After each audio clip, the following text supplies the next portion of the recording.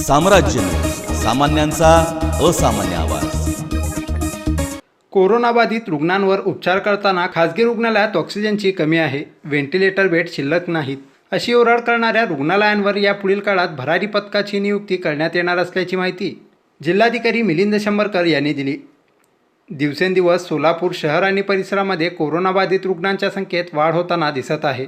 सर्वसामान्य रुग्णांना वैद्यकीय सेवा उपलब्ध झाली पाहिजे याकरिता जिल्हा प्रशासनाकडून योग्य ते नियोजन केले जात आहे। तरी देखील शहरातील काही खासगी रुग्णालयातून आमच्याकडे ऑक्सिजन उपलब्ध नाही, आपले रुग्ण घेऊन जावा अशी तंबी रुग्णांच्या नातेवाईकांना दिली जाते।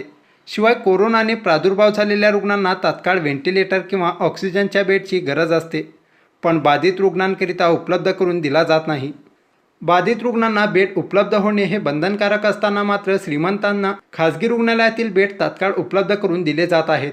हे जिल्हा प्रशासनाच्या लक्षात आल्याने जिल्हाधिकारी मिलिंद शंभरकर यांनी शहरातील खासगी रुग्णालयातील व्हेंटिलेटर, ऑक्सिजन बेडची एकूण संख्या किती याची चौकशी करणारे पथक तयार करण्यात आली असून अनावश्यक बेड अडवून ठेवणाऱ्या खासगी रुग्णालयांवर यापुढे कायदेशीर कारवाई केली जाईल अशी माहिती जिल्हाधिकारी मिलिंद शंभरकर यांनी दिली।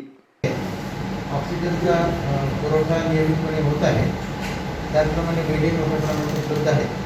तथापि बरेचदा रुग्णांची माहिती मिळते की बेड उपलब्ध नाही, त्याची तपासणी करण्याकरता याच्यामध्ये पथक घेऊन होतं, ते पथक त्याची तपासणी करून अशा ज्या तक्रारी